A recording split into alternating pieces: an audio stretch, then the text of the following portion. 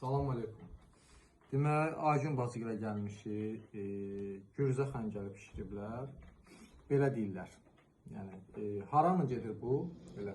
Balakən, Dağıstan, Demək, nəydən bişiriblər? Gizli tikəndən mən sevdiyim bitkidir gizli tikən. Yəni, yaxından da tut. Belə suda qaynanmışında bişiriblər belə.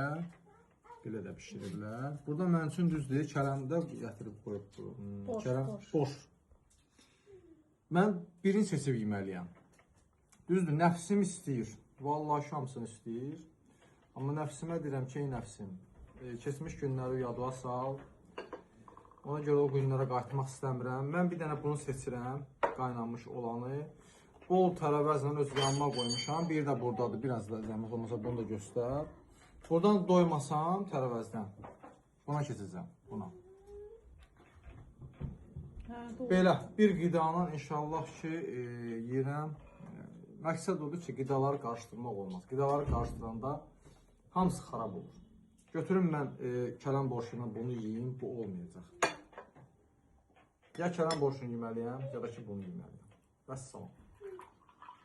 Çox gözəl ətiri var, gizli tikənlə. Zakataladan yıxmışdıq bunu. Quyruq da var. Tərkibində həm quyruq, həm də soğan.